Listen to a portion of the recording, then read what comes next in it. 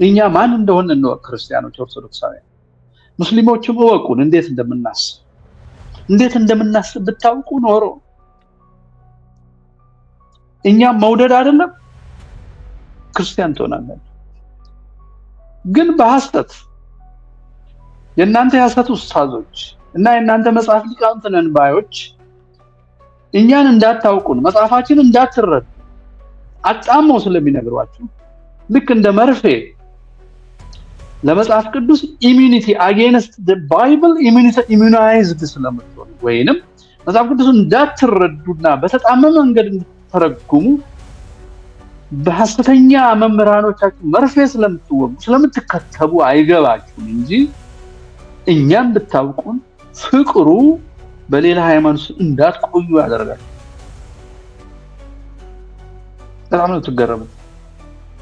አንድም ቦታ ሰው አርደህ ትጸድቃለህ የሚል የለንም። እኛ ግብር አስከፍል ሰው ካላመነ የሚል የለንም። ሰው ለክርስቲያን እስከሆነ ድረስ ዓለምን በቃ ውጉት የሚልም የለንም። ዓለም ላላ እስከሆነ ጋር የለንም። እኛ በጣም የሚገርም ነው። የዛሬ 56 ዓመት ግርማሜ ነውና መንግስቱ ነዋይን የመሰለ ያን ጠላት ያሸነፉትን አባቶቹን የሚረሽን ሰው በኢትዮጵያ ውስጥ መፍጠር ቻሉ። እና አበበ አረጋዊን ቃታ ስቦ የሚገል ሰው መፍጠር ቻሉ። ተመልከቱ። አንድ በሉ 56 ዓመት በፊት በ1966 ደግሞ እነ ዋለልኝ መኮንን አይነቶቹን ያቺ በዓለም ሰፍኖ የነበረውን ዴይዝምን፣ ዘረኝነትን፣ ቅኝ ገዥነትን፣ ባርነትን ያዋረደችዋን እና የዓለምን ጥቁር እና ቢጫ ህዝብ ሁላችንም እኩል ነን ብለው የአሜሪካ ባሮች እንኳን ንቅናቄ የጀመሩበት ዕለት ነው። ሶማሊያ መቅደሾ ውስጥ ለካ ነጭ ሸነፋ ብሎ ሶማሌ እንግሊዞቹን በጥፊ የመታበት ቀን ነው። ንቅናቄ ሲለኮስ ይቺ አገር ለሌላውም ህዝብ ክፉ ስለሆነች፣ ክፉ ምሳሌ ስለሆነች መጥፋት አለባት በሚል ሁሉም ተነስቶ የሚለማመድበት ህዝብ። እንደዚህ ስለ አንድ ሰው ምን አለ? አየዋቂ ልጅ አማራ ለመሆን ታግሎ አልተቀበሉትም። እኔ አማራ ለመሆን አልታገልም። ኦሬዲ ስለ አስተሳሰብ ነው የማወራው። እኔ አማራም ኦሮሞም ትግሬም ለኔ አንድ። የተከፈላችሁ በፖለቲካ የተሰራችሁ ሰዎች በዚህ ልትፈተኑ ትችላላችሁ።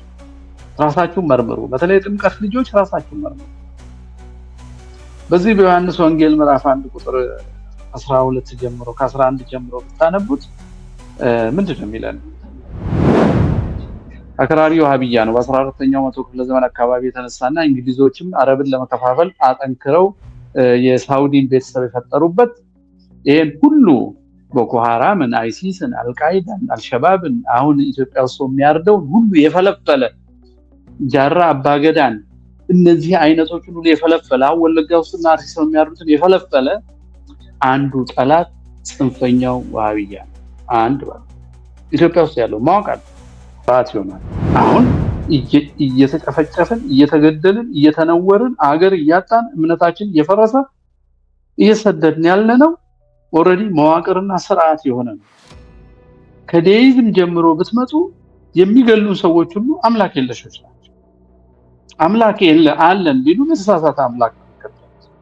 ፖለቲካ የፈጠረ ርዕዮተ ዓለማዊ አምላክ እንጂ እውነተኛ ራሱን የገለጠ አምላክ ወይ የሆነ ነብይ ነኝ የሚል ሰው ፈጥሮታል ወይ መናፍቃን የተፈጠሩን አጣመው።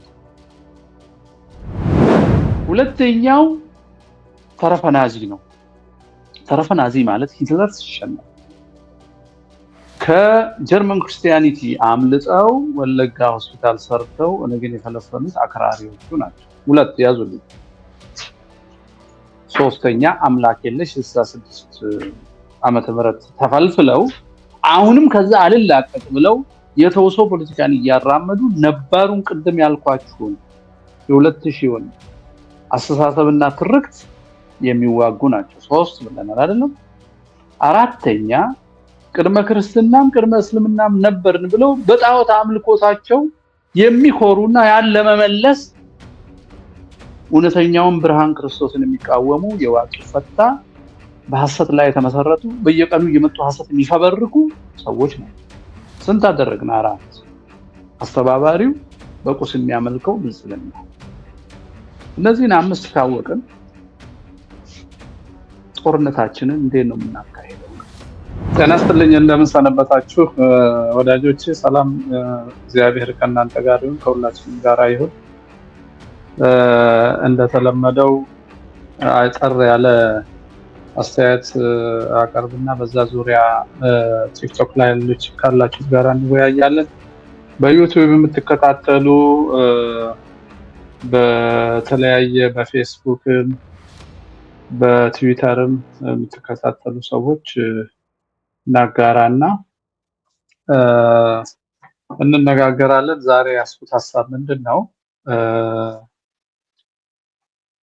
አሁን ሀገራችን ኢትዮጵያ በጣም በአደገኛ ሁኔታ ውስጥ እንዳለች ሁላችሁም የመከራው ተካፋዮች ታውቁታላችሁ። መከራውን የሚያጸኑ ወገኖቻችን ይህንን አሁን ያለንበትን ሁኔታ ከመጽሐፍ ቅዱስ ላይ ካለው የእስራኤላውያን ከግብፅ ወደ ከነዓን መጓዝ ጋር እያስተያዩ ሲቀልዱብን ይሰማል። እስራኤላውያን ከፈርዖን አገዛዝ በሙሴ መሪነት ከግብፅ ወጥተው ባህረ ኤርትራን ከተሻገሩ በኋላ 40 ቀን የሚፈጀው ከነዓን ለመድረስ 40 ቀን ይፈጅ የነበረው መንገድ ለእስራኤል ሕዝብ ማጉረምረምና ለተሰየሙላቸው የክህነትም የምስፍናም አመራር ለሙሴም ለአሮንም አልታዘዝ በማለታቸው ይባስ ብለውም ጣዖት በማምለካቸው እና የግብፅን ባርነት መልሰው በመናፋቃቸው ምክንያት እግዚአብሔር አዝኖ ጣዖት ያመለኩትንና ባርነት የተመኙትን ከነዓን እንዳይገቡ ለ40 ዓመት መንገዱን አራዝሞ እነዛ የካዱ ያመፁና ለአምላካቸው ያልታዘዙ ትድግናውን ያጣጣሉና ባርነትን የናፈቁ ትውልዶች በሙሉ እንዲያልቁ ከካሌብና ከኢያሱ በስተቀር ከግማሽ ሚሊዮን በላይ ህዝብ ወጥቶ 2 ሰው ብቻ ነው ከነዓን የገባው። ለምን? እግዚአብሔር 9 ተአምራትን በግብፅ ሰርቶ 10ኛ ደግሞ ባህር ውስጥ ጠላቶቻቸውን በማስጠም እንደታደጋቸው እያዩ ያ ሁሉ ትርግና እያዩ በረሃ ውስጥ ሙሴ 40 ቀንና 40 ሌሊት 10ቱ ትእዛዛት የጻፉበትን ጽላት ለመቀበል በደብረ ሲና ወይንም በሲና ተራራ ላይ በቆየ ጊዜ አምፀው አንድ ግለሰብ ባመነጨው ሐሳብ ይህ ሙሴ የተባለው ተራራ ላይ ገፍቶ አለው ሲል ያ እሳት በልቶትም እንደሆነ አናውቅም፣ ወደ ግብፅ እንመለስ፣ ለዛ ደግሞ ጣዖት ስሩልን ብለው አሮንን አስገድደው ጣዖት እንደሰሩ ታስታውሳላችሁ። የእግዚአብሔርን ትድግና የረሱ የዘነጉ በእግዚአብሔር የማይታመኑ ለሆድና ለድሎት ብቻ የሚኖሩ ህዝቦች ሁሉ ጊዜ መከራ ውስጥ እንደሚወድቁ በዚህ እናውቃለን። በኢትዮጵያችንም ችግር የፈጠረው ይሄ ሰው የሚገድለው አርሲ ሰው የሚያርደው ወለጋ ሰው የሚያርደው ቤተመንግስት ቁጭ ብሎ የሚያሳርደው በኦሮሚያ ክልላዊ መንግስት የጸጥታ ቢሮ አመራር የሚሰጠው አራጅ በአብይ አህመድ አሊ ፓርቲ በኦፒዲዮ ብልጽግና መዋቅር ስር ተደራጅቶ ሰው የሚያርደው ፓርቲ ደጋፊዎች እዚህ ውይይታችን ውስጥ ገብተው ምን አሉ? እናንተ እኛ ወደ ከነዓን ሀገሪቷን ወደ ነፃነት እየወሰድን ነው።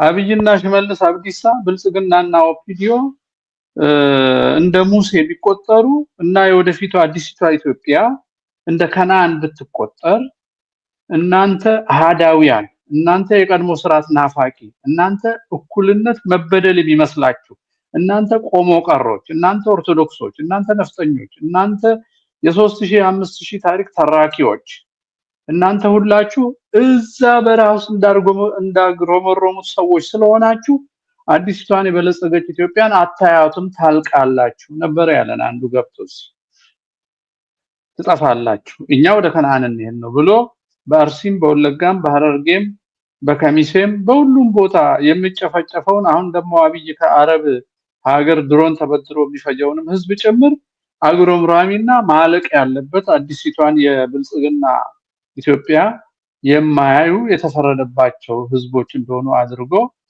ተከራክሮናል። ግለሰቡን አይደለም እኔ ማየት የፈለኩት በኢትዮጵያ ውስጥ ምን አይነት አስተሳሰቦች፣ ምን አይነት ትውልድ፣ ምን አይነት ፍልስፍና፣ ምን አይነት ምኞት ተፈጥሯል የሚለው ነው አስጊ ነገር የሆነውና ብንነጋገርም ምክንያቱም መገደላችን፣ መሰደዳችን፣ መፈናቀላችን፣ መነወራችን ታሪካችን ከሺህ ዓመታት ወደ 150 ለሽመልስ አብዲሳና ለአብይ ለኦነግና ለወያኔ ፊት እንዲያረግ ተደርጎ ተከርክሞ ተጎማምዶ ተቀይጦ ተለውጦ ተለውሶ ጠቁሮ የጥላቻ ሐውልት ከቆመለት በኋላ የተፈጠረው ትውልድ በጣም አደገኛ የሆነ የተዛባ ትውልድ ነው የሚመስለኝ ብቻ ሳይሆን እየሆነ ያለው በዛ ትውልድ መገደልና ግን ይሄ እንዴት ተፈጠረ የሚለውን አጭር ሁላችሁ የምታውቁትን ታሪካዊ ዳራ መልሶ መላልሶ ማውራት የሚጠቅመው ምንድነው የሐሰተኛ ትርክቱ ብዙ ጫና ስላደረገብን ታናናሾቻችንን ከዚህ ከ66 ወዲህ ተወልደው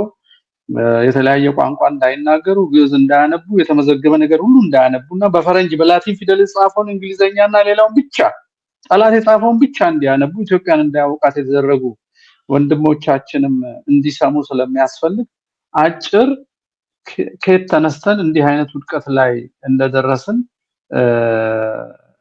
እኔ ባለሙያ አይደለሁም የታሪክ ግን በህይወት የምናየው ምንም የታሪክ ጥናት ላይ ብዙ ሳንጨነቅ በህይወት የምናየውን የኔን አንድ ሐሳብ አቀርባለሁ። ማን ነው የታሪክ እይታ ላቅርብ።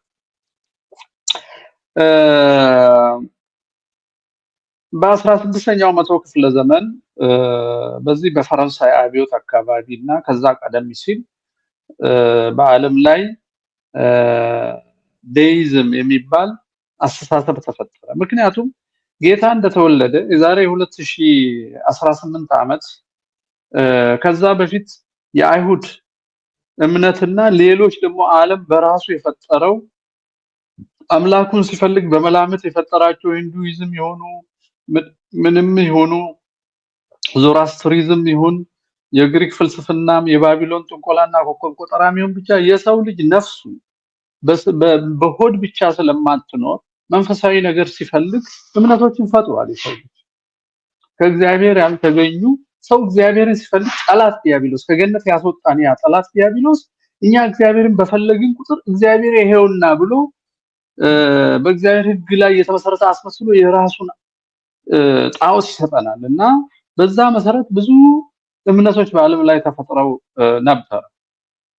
የጌታ መወለድ እና አምላክ ሰው ሆኖ እውነተኛውን መንገድ ካሳየ በኋላ ሐዋርያቱ የሮማን እንግዲህ የሮማ መንግስት ዓለም ይባል ነበር። ምክንያቱም ከጫፍ እስከ ጫፍ ዓለምን ይገዛል። ኢትዮጵያ ላይ ብቻ ነው የተገደበው። አፍሪካም ሰሜኑን ይዞ ግብፅን ይዞ እንግዲህ ይገዛል። ኢትዮጵያ ግን በሕገ ልቦና የነበረች ስለሆነ ማንም ሲመጣ እየመከተች የኖረች ሀገር ናት። ሰው ዝም ብሎ እቺን የሰሞኑን ጣሊያንን ማሸነፋችንን ነው የሚያለው። ታላቁ እስክንድርን ከዛ በፊት ያሉትን ነገስታት በሙሉ ቀጥ አድርጎ ዘግቶ አምልኮተ እግዚአብሔር እንዳይጠፋ የጠበቀ ብቸኛው አገር ነው ኢትዮጵያ። በዓለም ላይ ረጅም የሚባለው ስልጣኔ የባቢሎን ነው። ከ600 ዓመት አላለፈም።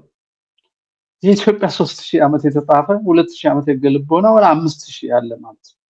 ይሄ በጣም የሚያበሳጫቸው ኢትዮጵያ ውስጥ እንዲህ አይነት ትርክ የሚያበሳጫቸው ሻቢያን ኦነግንና ህወሓትን ብቻ ነው እና ወሃቢስቶቹን እንዲሁም የጀርመን ተረፈናዚ የሆኑ የዚህ የጊምቢ ሆስፒታል ውስጥ ተፈልፍሎ ኦነግን የወለደው ይሄ ዘረኝነትን የሚፈቅደው መጽሐፍ ቅዱስ ኤዲት የሚያደርገው ልክ የሂትለር መንፈስ ያለው ፕሮቴስታንት እነዚህ ይሄን ረጅም ትርክት ይጠሉታል። ለምን? ይሄ ትርክት እስካለ ድረስ ትውልድ አታለው መንጋቸው ሊያደርጉ አይችሉም። ስለዚህ ትርክቱን በጣም ይጠሉታል። ክብረ ነገስትን ይጠሉታል። የኛን ሌሎቹን የነገስታት ታሪክ ይጠሉታል። ለዚህ ነው አጼዎቹ ስትሉ ከመጅሊሱ ጀምሮ የምትሰሙት ማህበሩ አንድ ነው። ይሄ ዋሃብያው፣ ተረፈናዚ፣ ነፍሰ ገዳዩ፣ ብልጽግናው፣ ህዋቱ፣ ሻቢያው፣ ኦነጉ፣ ኢህአፓው ይሄ አምላክ የለሹ በሙሉ ኢትዮጵያን ወዳለው ቢልም ኢትዮጵያ የሚያሰኟትን እሴቶች ግን አይወድም። ትርክቷን አይወድም። እምነቷን አይወድም። በዚህ የተነሳ ኢትዮጵያ ያረጅሙን ክሮስ አድርጋለች። 16ኛው መቶ ክፍለ ዘመን ያነሳሁት ለምንድን ነው?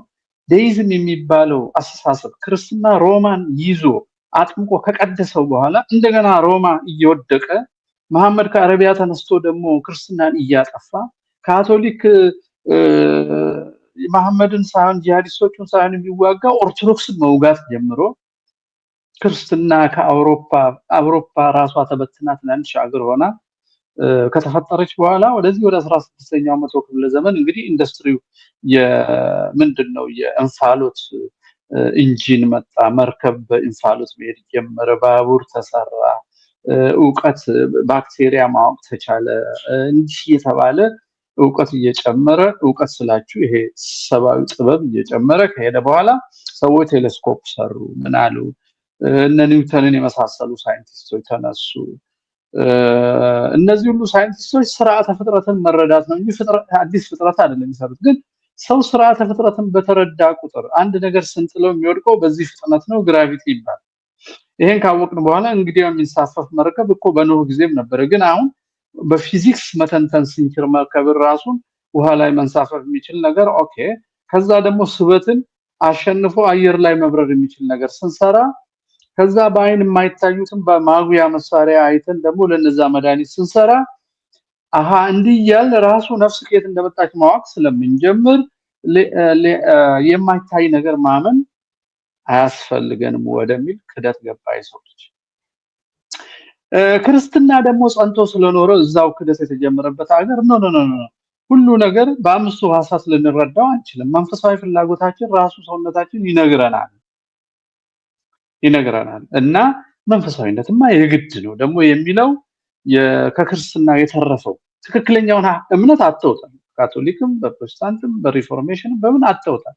ግን ቢያንስ ፈጣሪ መኖሩን ያልካዱ ነገረ መለኮትን በተወሰነ ደረጃ የሚረዱ አካላት እነዚህም በአምስቱ ሐሳት የምንረዳውን ሳይንስ የተባለውን በጥናት በመመዘን በማጉላት በመቀላቀል የሚደረስበትን በመቅመስ በማየት በመዳሰስ ውጪ ሌላ ዕውቀት አለ፣ ሌላ የመገለጥ ዕውቀት አለ፣ የማየት የመዳሰስ ብቻ ሳይሆን የመገለጥ አለ የሚሉትና የለም የማናየውን ማናስበው ማንቀምሰውን ማንለካውን ማንመዝነው አናምንም በሚሉ መሃል ባለው ክርክር ምን ተፈጠረ?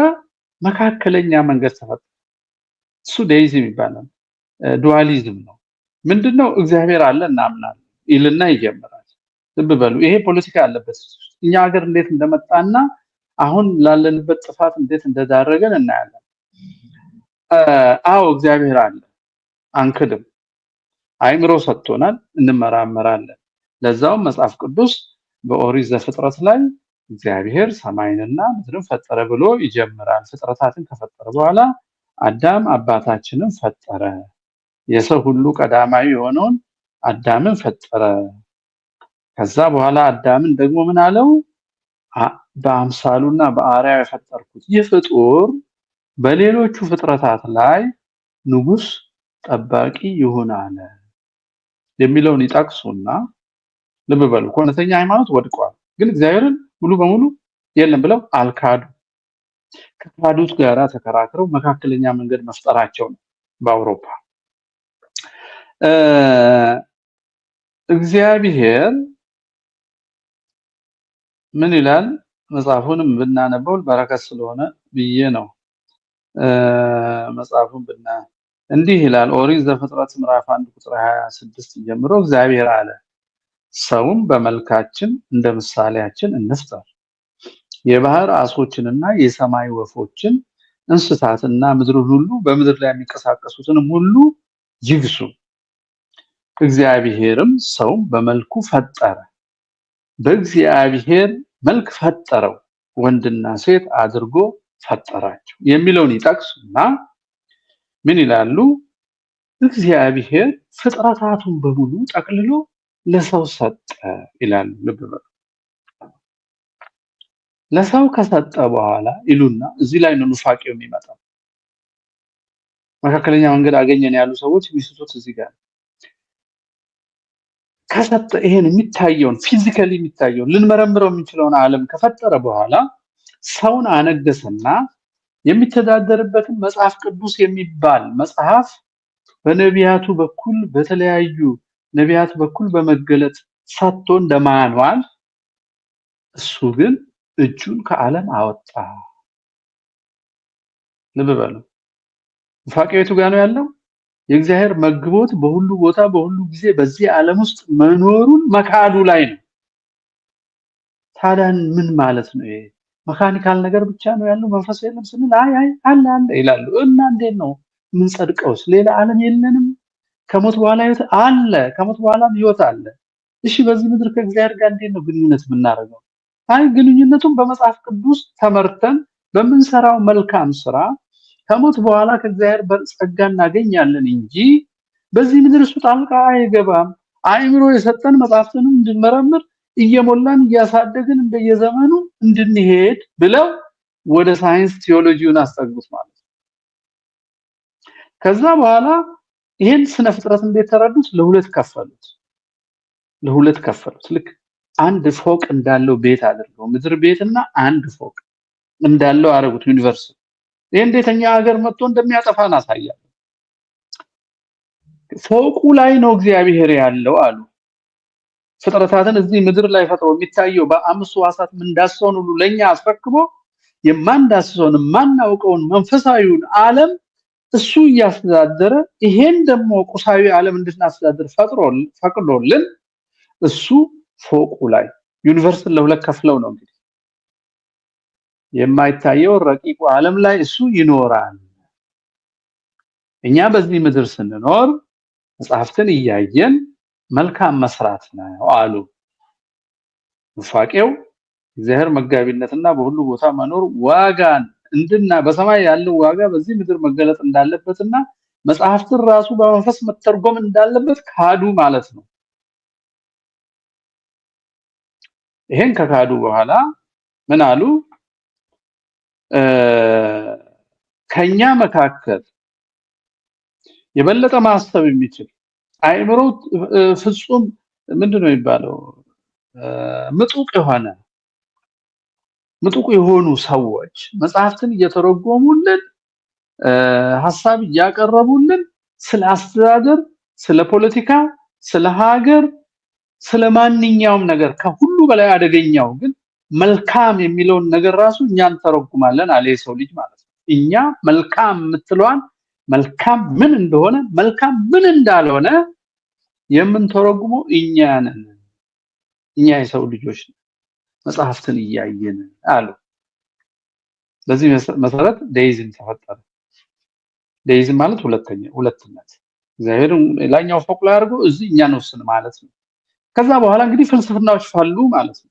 ተመልከቱ፣ ክደቱ ሙሉ አይደለም፣ ኑፋቄ ነው። ክርስትና ይመስላል። ብዙ ካቴድራሎች ይሰራሉ፣ ብዙ ይደወላል፣ ብዙ ይሰገዳል፣ ብዙ ይጾማል፣ እግዚአብሔር ስም 10 ይነገራል፣ መጽሐፍ ቅዱስ ይነበባል፣ መዝሙር ይዘመራል። ነገር ግን የእግዚአብሔር መንፈስ ቅዱስ እግዚአብሔር በረድኤቱ እግዚአብሔር በመግቦቱ ከኛ ጋር መኖሩን ተውት ማለት ነው። ይሄ ወዴት መራቸው? በዚህ ምድር እኛ እንወስናለን፣ ሰዎች ናቸው የሚተረጉሙት ካሉ በኋላ መጽሐፍ ቅዱስን እየጠቀሱ ሰውን ባሪያ ማድረግ፣ ሰውን ቅኝ መግዛት፣ ሰውን በዘር በነጭ በጥቁር መክፈልን መንፈሳዊ ትርጉም ሰጥተውት ቁጭ አሉ።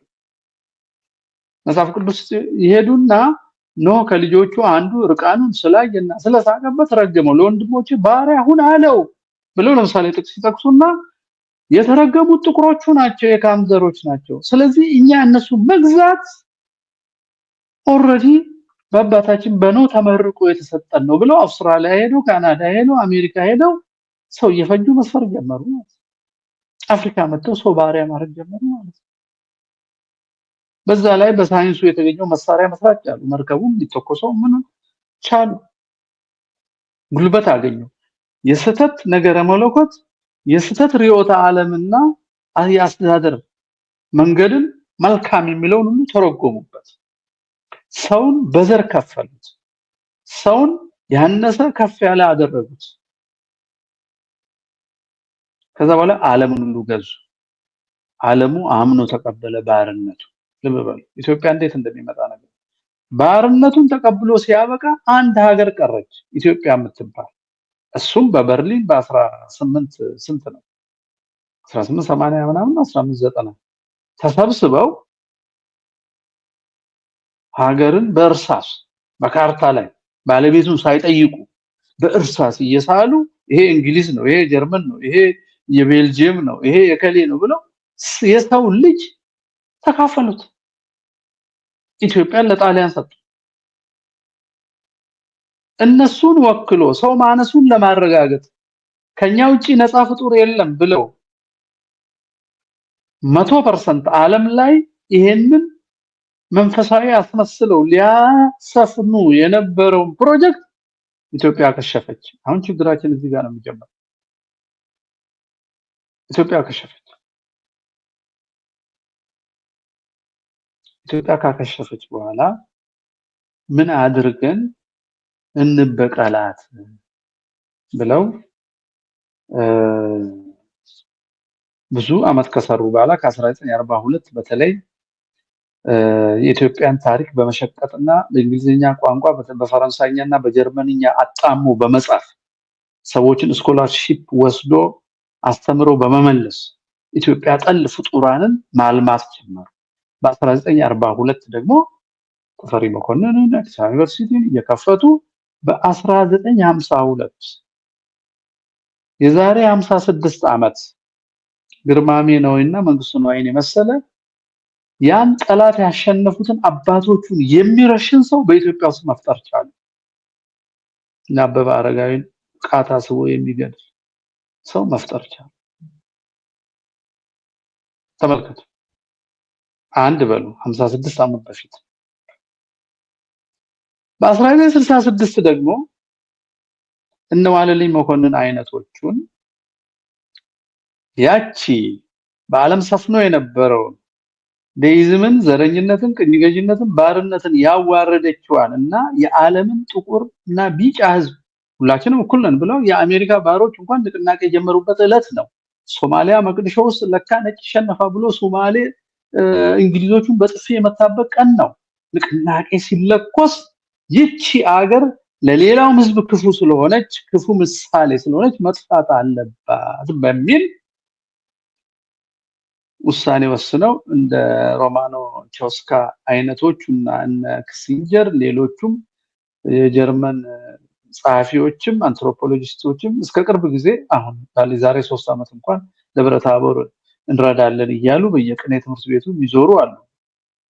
መልካም ነው የሚያደርጉት። የሚመረምር ሰው ይመርምር። ከጀርመን ተነስተው የ1985 ማን ነው 1835 ዓመተ ምህረት በንጉስ ኃይለ ሥላሴ ቤት የነበረው ጆሃን ሃኒ ክራፍ የዘራው መርዝ ይዘው እስከ ዛሬ ጎንደር ጎጃምን የሚፈትሹ ጸረ ኢትዮጵያ ሰዎች አሉ። ኦነግን የፈለፈሉ ማለት ነው። የግንቢ የጸሎት ቤት ፍልፍሎችን የፈለፈሉ ማለት ነው። ናዚዝምን መጽሐፍ ቅዱስን ኤዲት አድርገው ዘር በመጽሐፍ ውስጥ የሚጨምሩትን ማለት ነው።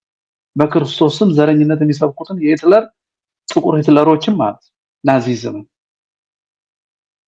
ናዚዝም ከጀርመን ጠፍቶ ኢትዮጵያ ውስጥ አለ። አሁን በህይወት አለ።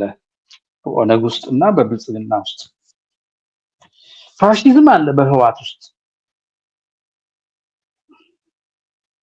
የኔ ጎሳ ከሃይማኖት ይበልጣል የሚል የጎሳ ማንነት ፋሺዝም ነው። በጣም አደገኛ ነው።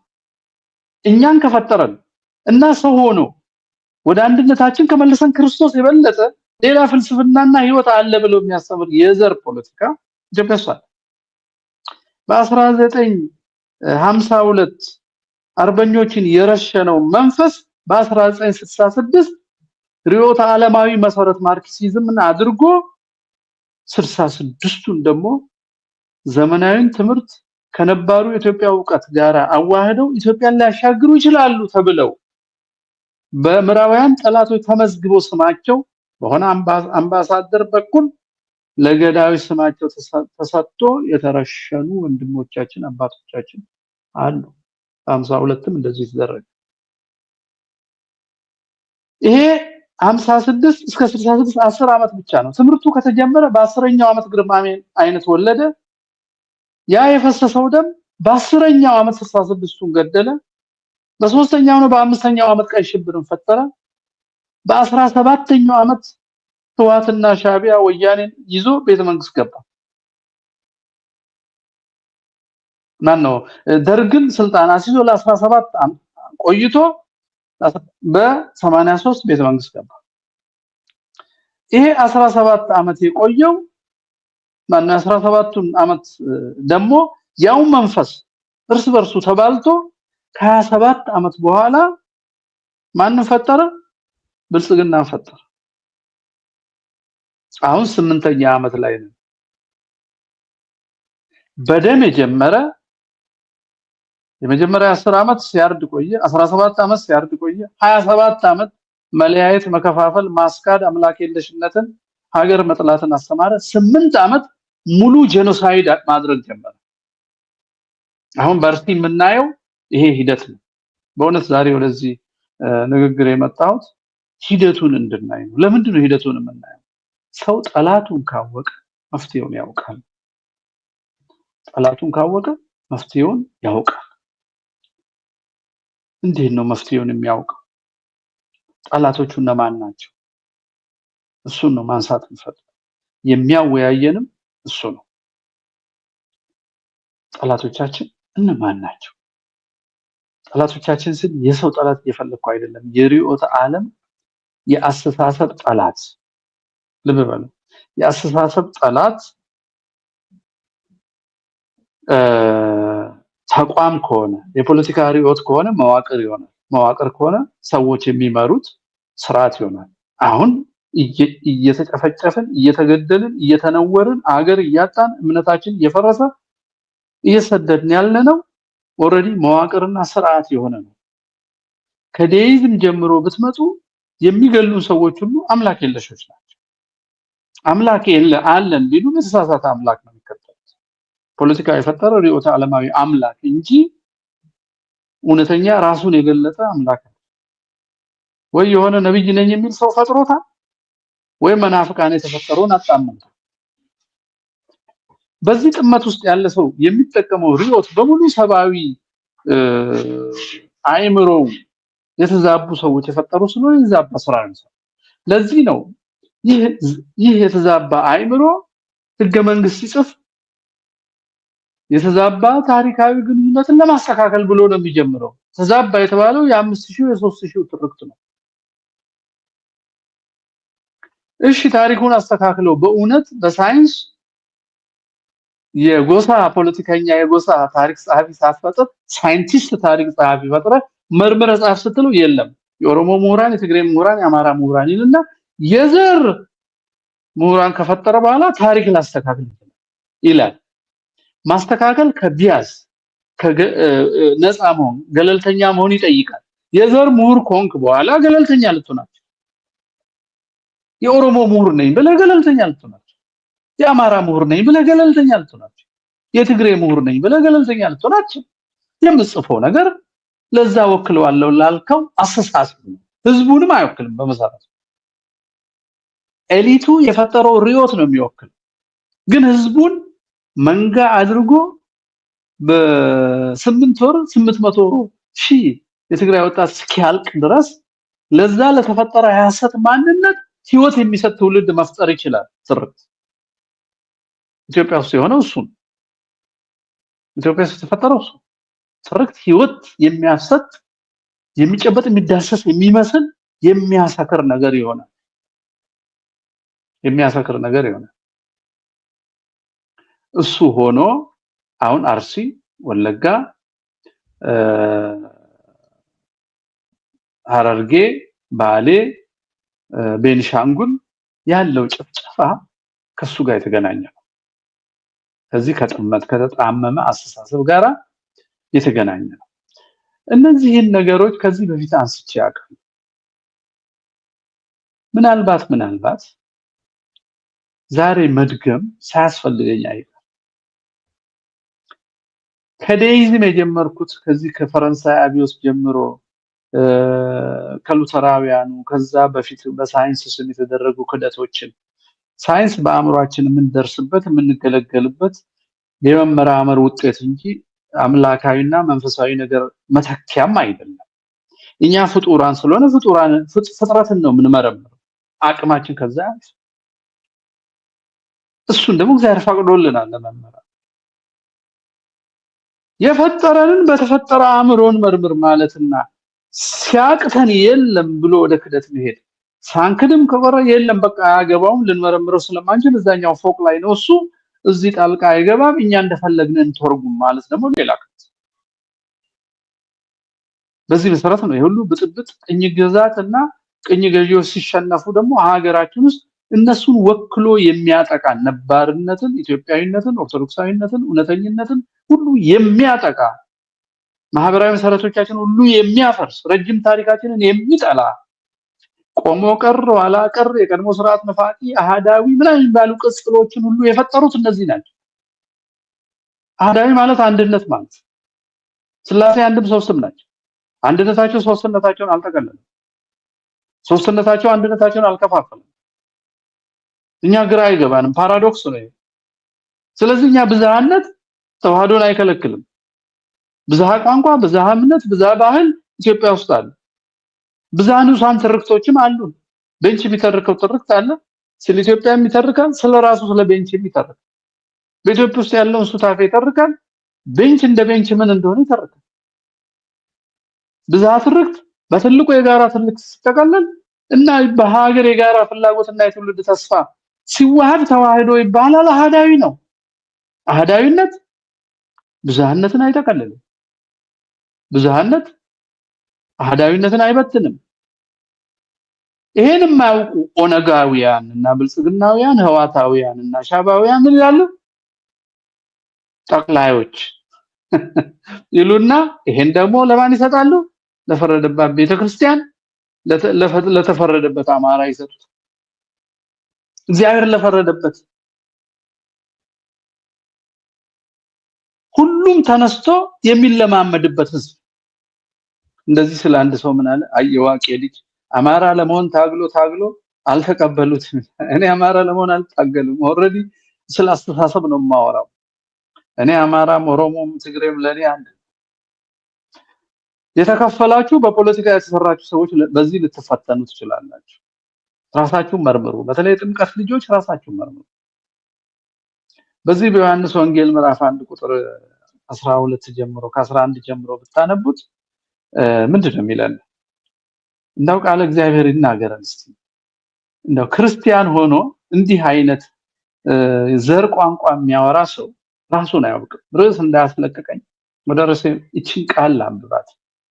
እኛ ማን እንደሆነ ነው ክርስቲያኖች፣ ኦርቶዶክሳውያን፣ ሙስሊሞችም ወቁን እንዴት እንደምናስብ ብታውቁ ኖሮ እኛ መውደድ አይደለም ክርስቲያን ትሆናላችሁ። ግን በሐሰት የእናንተ የሐሰት ኡስታዞች እና የእናንተ መጽሐፍ ሊቃውንት ነን ባዮች እኛን እንዳታውቁን መጽሐፋችን እንዳትረዱ አጣመው ስለሚነግሯችሁ ልክ እንደ መርፌ ለመጽሐፍ ቅዱስ ኢሚኒቲ አጌንስት ዘ ባይብል ኢሚዩናይዝድ ስለምትሆኑ ወይንም መጽሐፍ ቅዱስን እንዳትረዱና በተጣመመ መንገድ እንድትተረጉሙ በሐሰተኛ መምህራኖቻችሁ መርፌ ስለምትከተቡ አይገባችሁም እንጂ እኛም ብታውቁን ፍቅሩ በሌላ ሃይማኖት እንዳትቆዩ ያደርጋችሁ ነበር። በጣም ነው ትገረሙት። አንድም ቦታ ሰው አርደህ ትጸድቃለህ የሚል የለንም። እኛ ግብር አስከፍል ሰው ካላመነ የሚል የለንም።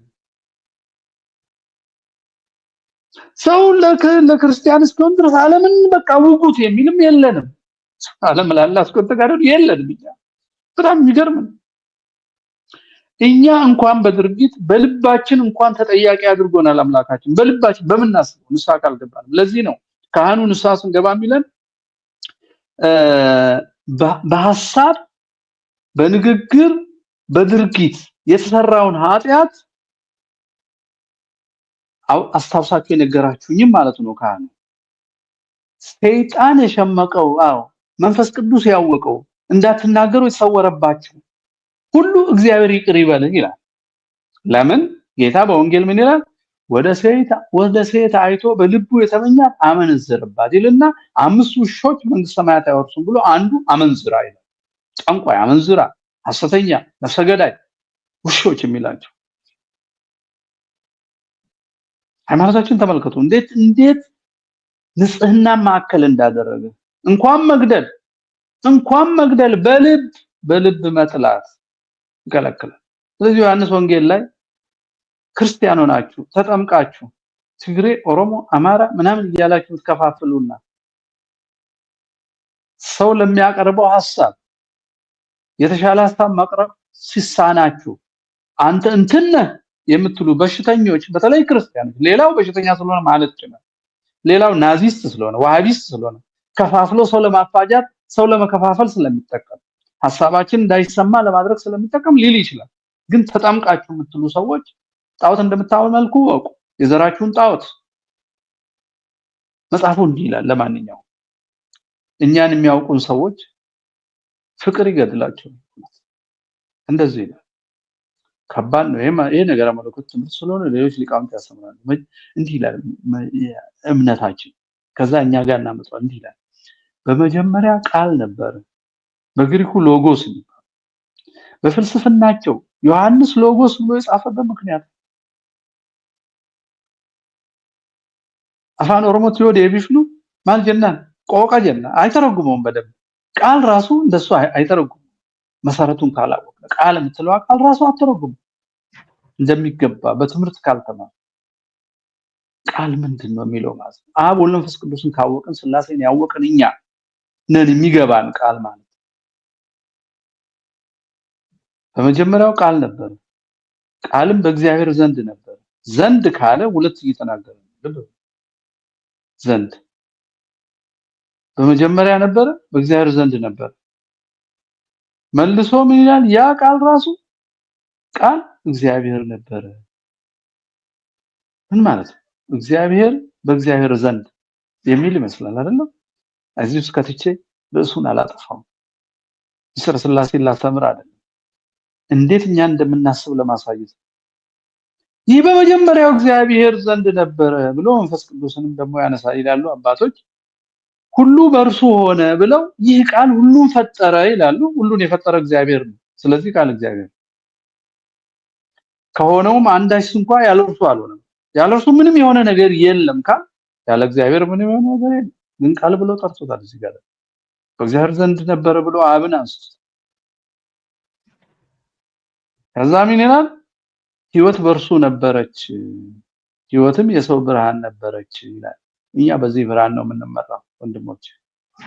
ያልተፈጠረ ብርሃን፣ የሚፈጥር ብርሃን፣ የፈጠረን ብርሃን እኛ ዲያብሎስ አስቶን ክደነው በጨለማ ወድቀን ስንኖር ከኛ መሃል በዛ ጨለማ መሃል ተገኝታ የጨለማው ቆሻሻ ጥቁረት ያላረፈባት ልዩ ንጽሕት ድንግል በነፍስም በስጋም በሐሳብ ተመልከቱ እንደ ከባድ ነው። በሐሳብም ንጽሕት አስቀርቶ ለራሱ እኛን ለማዳን ሲል ከሷን ተዋህዶ እኛን ሆኖ ያ በመጀመሪያ ነበር፣ ያ ሁሉ በእርሱ የሆነ ያ ያልተፈጠረ ያ የሰው ሕይወት የሆነ ብርሃን የኛን ስጋ ተዋህደ። እንዴት እንደምናስብ ስለሰው አስቡ። ከተዋህደ በኋላ ወደታይ ስንመጣ ወደ ሰው መጣ ይላል። ሰዎች በደንብ አላወቁትም፣ አልተረዱትም። ያላወቁት ኢማን ነው ለተቀበሉት ግን ይላል ቁጥር 12 ላይ ሲደርስ ለተቀበሉት ሁሉ ግን በስሙ ለሚያምኑት ሁሉ ለእነርሱ የእግዚአብሔር ልጆች የሆኑ ዘንድ ስልጣን ሰጣቸው። ዘረኞች ስሙ፣ ለተጠመቃችሁ በስሙ ለምታምኑ ሁሉ የትግሬ ልጅ፣ የኦሮሞ ልጅ፣ የአማራ ልጅ ትሆኑ ዘንድ አይደለም ስልጣን የሰጣቸው፣ የእግዚአብሔር ልጅ ትሆኑ ዘንድ ስልጣን ተሰጣቸው። የእግዚአብሔር ልጅ የተባለው የባህሪ ልጁ ቃል ነው። ቃል ግን የኛ ዘመድ ሆነ፣ ስጋችንን ተዋሃደ። እሱን አውቆ አምኖ በሱ ስም ለተጠመቁት ሁሉ ደግሞ ወንድሞቼ ብሎ እሱ የባህሪ ልጅ ነው፣ እኛ በጸጋ አዶፕት አድርጎን ልጅ አድርጎን እሱ በአባቱ ቀኝ ሲቀመጥ እኛ በአባቱ ቀኝ እንቀመጥ ዘንድ ተስፋ ሰጥቶን ለዛ እንድንጋደል ትምህርት አስተምሮን በመስቀል ተሰቅሎ ወደ አባቱ ተመለሰ በክብሩ ከክብሩ ተለይቶ ነበር ማለት አይደለም። እኛን የተዋሃደው ስጋ በተዋህዶ በአብ ቀኝ ተቀመጠ ማለት ነው። በመለኮቱ ከቀኙ ተለይቶ ያውቅ። አሁን ወደኛ እንምጣ። ፖለቲካችን እዚህ ነው የሚመጣው። ልብ በሉ ዘረኞች በደንብ አስቡ። እነርሱ ይላል እነማ እኛ የተቀበልነው ያመንነው የተጠመቅነው የእግዚአብሔር ልጆች የመሆን ስልጣን ሰጠን ይልና እነርሱ እኛ የተቀበልነው ሲናገር እነርሱ ከእግዚአብሔር ተወለዱ እንጂ ከደም ወይም ከስጋ ፈቃድ ወይም ከወንድና ሴት ፈቃድ አልተወለዱም ይላል። እስቲ ጎሳ ቁጠሩ። ፋንታውን ዋቄ ምናምን ቁጠሩ። ሰው ከሰው ነው የተወለዱት ይታወቃል። ወንድና ሴት ናቸው። አማራ፣ ኦሮሞ፣ ትግሬ፣ ወላይታ ናቸው። 5 ናቸው የቤተሰቦች። አረ 6ም ሳይሆን አይቀርም። አረ አላቃቸውም እንደው ምክንያቱም የተነገረንን ያህል ከየት እንደመጡ እንደሚዋሃዱኛ እና እሱ አይመለከተም ማለት ነው። አያችሁ ክርስቲያኖችን ነው እኔ የማወራው፣ በሽተኞቹን አይደለም። የዘር ማንነቱ ከክርስትና ማንነቱ የሚበልጥበትን የሰረቀ ልጅ አይደለም። ወይንም የገብረ ማርያም ነጋሳ የወለጋው ወንበዴ ጳጳስ አይደለም። ወይንም የሳዊሮስ ልጅ አይደለም። የማንኛውም የዘረኛ ልጅ አይደለም እያወራው ያለው የክርስቶስ ልጅ ነው። እነዛ ከክርስቶስ ተለይተው ወድቀዋል።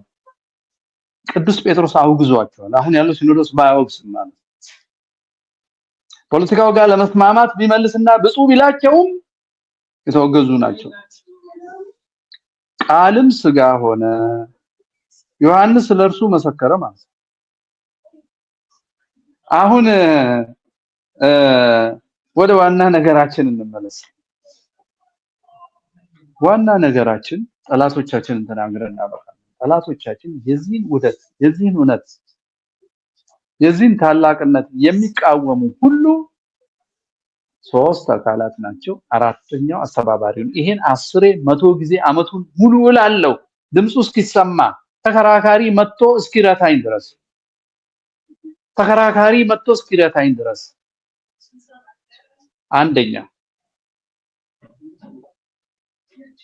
አክራሪ ወሃቢያ ነው። በ14ኛው መቶ ክፍለ ዘመን አካባቢ የተነሳና እንግሊዞችም አረብን ለመከፋፈል አጠንክረው የሳውዲን ቤተሰብ የፈጠሩበት ይሄን ሁሉ ቦኮ ሐራምን፣ አይሲስን፣ አልቃይዳን፣ አልሸባብን አሁን ኢትዮጵያ ውስጥ የሚያርደው ሁሉ የፈለፈለ ጃራ አባገዳን እነዚህ አይነቶችን ሁሉ የፈለፈለ አሁን ወለጋ ውስጥና አርሲ ሰው የሚያርዱትን የፈለፈለ አንዱ ጠላት ጽንፈኛው ወሃቢያ ነው። አንድ ባል ኢትዮጵያ ውስጥ ያለው ማወቅ አለ። ሁለተኛው ተረፈናዚ ነው። ተረፈናዚ ማለት ሂትለር ሲሸነፍ ከጀርመን ክርስቲያኒቲ አምልጠው ወለጋ ሆስፒታል ሰርተው እነገን የፈለፈሉት አክራሪዎቹ ናቸው። ሁለት ያዙልኝ። ሶስተኛ አምላክ የለሽ 66 ዓመተ ምህረት ተፈልፍለው አሁንም ከዛ አልላቀቅ ብለው የተውሶ ፖለቲካን እያራመዱ ነባሩን ቅድም ያልኳችሁን የ2000ውን አስተሳሰብና ትርክት የሚዋጉ ናቸው። 3 ብለናል አይደለም? አራተኛ ቅድመ ክርስትናም ቅድመ እስልምናም ነበርን ብለው በጣዖት አምልኮታቸው የሚኮሩና ያን ለመመለስ እውነተኛውን ብርሃን ክርስቶስን የሚቃወሙ የዋቂ ፈታ በሐሰት ላይ የተመሰረቱ በየቀኑ እየመጡ ሐሰት የሚፈበርኩ ሰዎች ናቸው። ስንት አደረግን? 4። አስተባባሪው በቁስ የሚያመልከው ብልጽግና። እነዚህን 5 ካወቅን ጦርነታችንን እንዴት ነው የምናካሄደው? የሚያርዱን፣ የሚያሳድዱን፣ ሀገር የሚያሳጡን፣ ታሪካችንን የሚያጠለሹ፣ ሐሰት የሚተርኩብን በሙሉ እነዚህ 5ቱ ናቸው። በተለይ ዋሃቢያ የሚባለው ጣሊያን ሲመጣ ተደብቆ ያደረገው አለ፣ ዚያድ ባሬ ሲመጣ ተደብቆ ያለ፣ ደርግ ሲነሳ ተደብቆ ያደረገው አለ፣ ኢህአዴግ ሲመጣ ተደብቆ ሰው ሲያርድ ነበረ። አሁን ግልጽ ወጥቶ በአብይ መሪነት አውጆ የሚያርደው ኢኮኖሚውንም ባንኩንም ሁሉንም በእምነት የሚከፋፈልና ሀገር አንድነትን የሚያጠፋው ፈጣጣው ነፍሰ ገዳይ የቦኮ ሐራም፣ የአልሻባብ፣ የአይሲስ፣ የአልቃይዳ ነጸብራቅ የሆነው ሀገራችን ውስጥ ደም እያፈሰሰ ያለውና በአብይና በሽመልስ የሚመራው ቡድን ነው። እነሱ ሽፋን የሚሰጡት። ስለዚህ ኦነግ ኦሮሞማ ህዋታዊ ትግራዋይነት ህዋታዊ ነው ያልኩት ትግራዋይነት ነው አለ ብለው ደግሞ እንዳይጫጩ ህዋታዊው ዘረኛ ነው። የዘር ህግ ይጽፋል፣ የዘር ድንበር ያሰምራል፣ የዘር ታሪክ ይተርካል። አዋሃጅ የጋራ ታሪክ የለንም ይላል። የአክሱምን ታሪክ ለሆነ ሰፈር ይሰጣል፣ የላሊበላን ለሆነ ሰፈር ይሰጣል፣ የጎንደርን ለሆነ ሰፈር ይሰጣል። እንዲህ ያለ ሁሉን ነገር የመበተን ስራ የሚሰራው የጣሊያን ፋሽስት ደም ላይ የተወለዱ ፋንዲያዎች ናቸው ይሄን የሚሰሩትና እነዚህ ሶስቱን ካወቅን መፍትሄው ምንድነው የሚለውን ሌላ ጊዜ እንመለስበታለን።